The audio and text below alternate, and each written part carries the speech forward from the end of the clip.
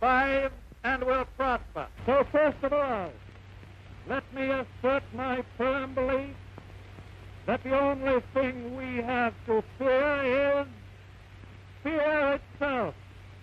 Nameless, unreasoning, unjustified terror, which paralyzes needed effort to convert retreat into advance. In every dark hour of our national life, a leadership of frankness and of vigor has met with that understanding and support of the people themselves, which is essential to victory. So, President Roosevelt, what made you run for presidency? Well, with my experience as the governor of New York and running the vice presidency, I felt I had all the skills necessary to have this job and do whatever it took to help these people get through the depressions. During your presidency, what did you two do to fix the economy?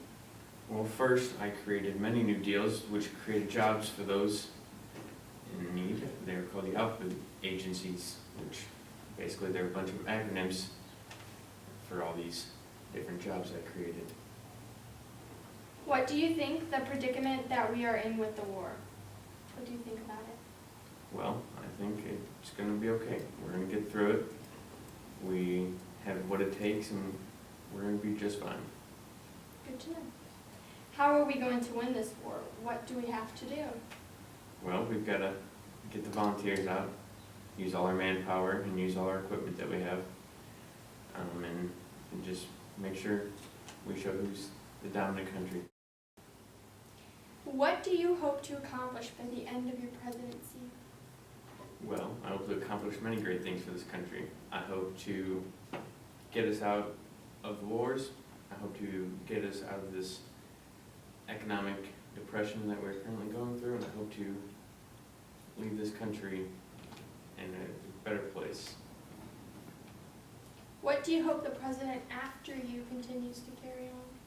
Well, I would hope the president after me carries on exactly what I'm doing, creating jobs, making the economy better, and making sure everyone in the country is happy and healthy. When and where did you get polio? Next question, please. Okay. Do you have any advice for these dealing with long-term medical diseases? For those dealing with medical diseases, I would just have to say live your life and don't let the disease hold you back. Just be who you are. Do you have a favorite Bible passage? It would have to be St. Paul's Epistle to the Corinthians, 13th chapter. What does that mean? Overall, it means that charity is to be preferred before all gifts. A verse from it I like to say is, "And now there remain faith, hope, and charity, these three, but the greatest of these is charity."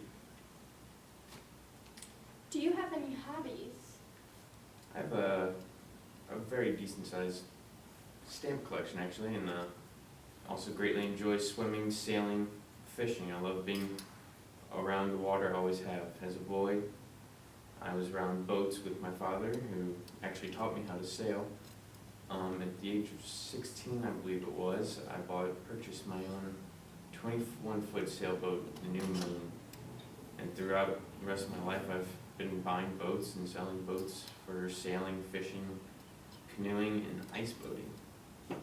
Sounds fun. Do you have any pets? I've had a lot of dogs throughout my life in my presidency, time in the White House. I had Blaze. He was a Mastiff, big dog, very big dog.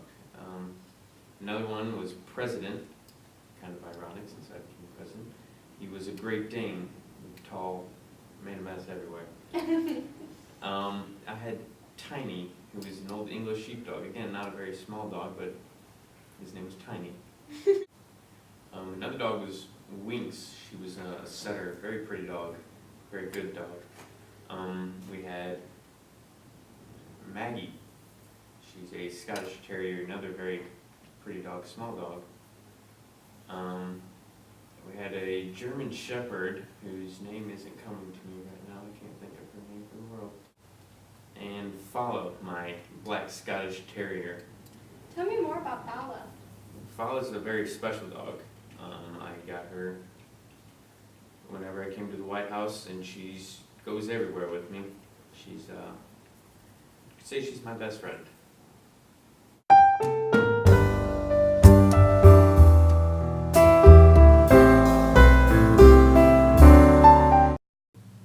Fala, a small black Scottish Terrier, was the president's favorite companion.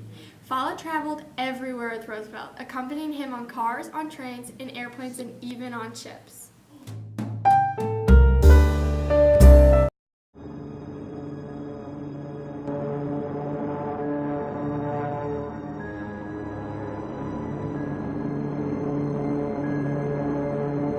Commander Fuchida's first wave armada is on course. Below, in the clear, sunlit air, lay Battleship Row. In a clarion voice, Fuchida sings out the words, Tora, Tora, Tora. Tiger, tiger, tiger.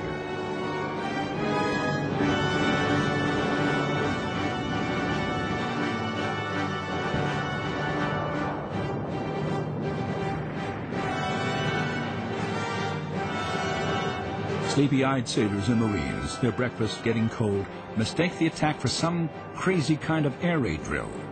They think the planes are American. One of the men shouts, "This is the best damn drill the Air Force ever put on." When they catch sight of the rising suns on the wings, they begin feverishly defending themselves.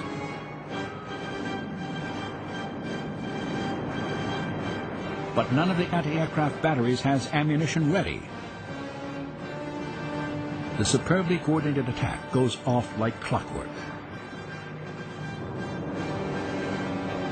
At 7:55 a.m., dive bombers hit Hickam and Wheeler airfields.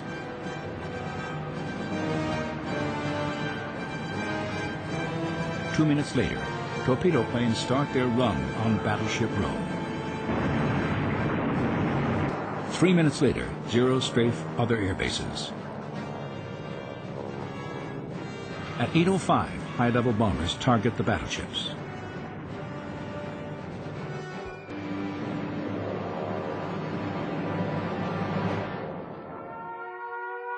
Through the thunder of attack, commercial radio announcements are alerting civilians. Stay at home, get off the roads and stay off. Don't block traffic. Shattered men, many in agony, are rushed to hospitals. The air is thick with the stench of burned flesh. Doctors and nurses work frantically. It is Fushida's first wave of aircraft that hits the Arizona, which erupts like a volcano.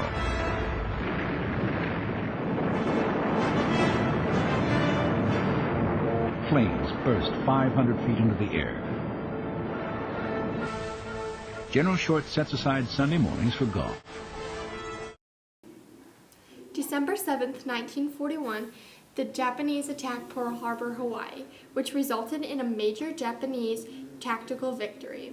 The attack also set fire to the hearts of Americans, causing the country to enter into war with the Empire of Japan, as well as war with the Germans and the Italians. The war would last 6 years in one day. Someone give me a timeline of what happened today. At 3:42 a.m., a minesweeper spots a periscope off the Honolulu harbor. At 6:10 a.m., the first attack was launched from the Japanese fleet, consisting of 183 planes. At 7:15 a.m., Japanese launch second wave of 168 aircraft. At 7:53 a.m., the signal by first wave to the Japanese fleet, Tora, Tora, Tora, indicates a complete strategic surprise is achieved. 8:08 a.m., USS Arizona is hit by a high-altitude bomb. The ship is sunk along with hundreds of crew members. 8:54 a.m., planes from the second wave arrive damaging USS Pennsylvania. 10 a.m., the Japanese attack force returns to the Japanese fleet. 1 p.m., after its third wave attack to finish off the dry docks and fuel depots is rejected, the fleet turns about and heads for home. What kind of casualty numbers do we have? Between 2,300 and 2,400 were killed, and 1,178 were wounded. Are any of them civilians? 48 to 68 were killed and 35 were wounded.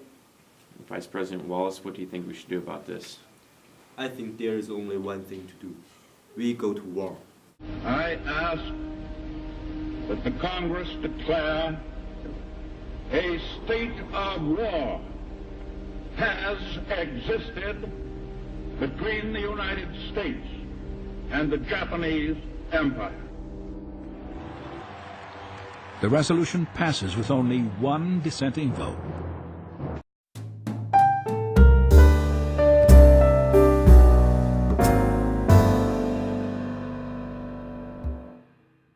The Great Depression was one of the hardest things that Roosevelt had to deal with during his presidency.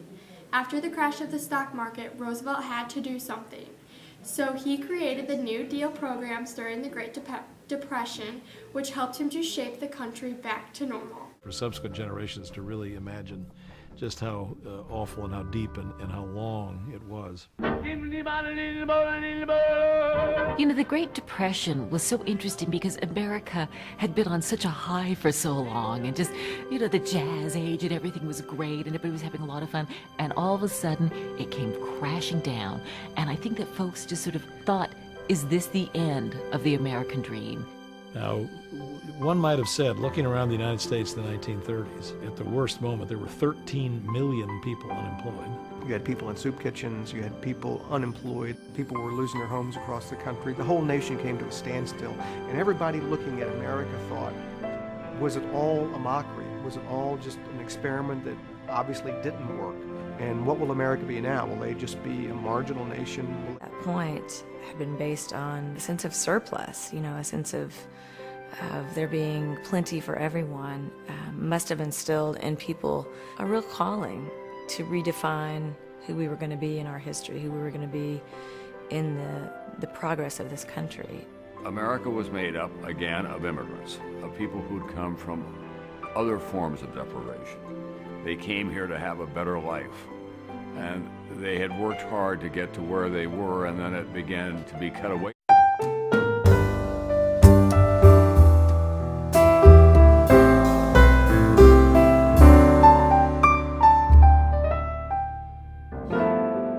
The object is to make people everywhere conscious of the importance of human rights and freedoms.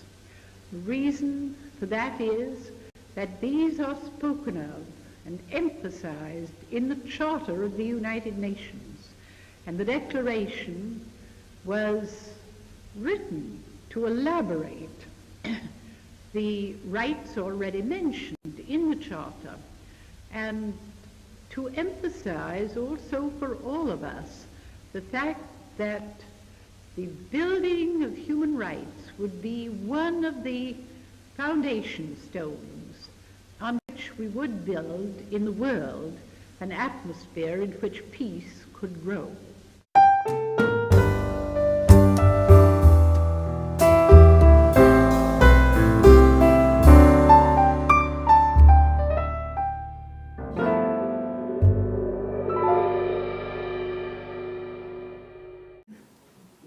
President Roosevelt was a president who had many firsts. He was the first to speak on television, first to fly a plane, first president whose mother could vote for him, and also had the first woman cabinet member.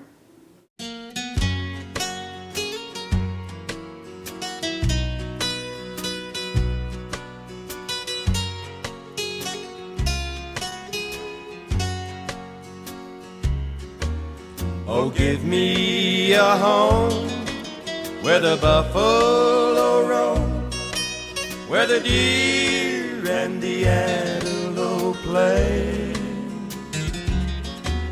where seldom is heard a discouraging word, and the sky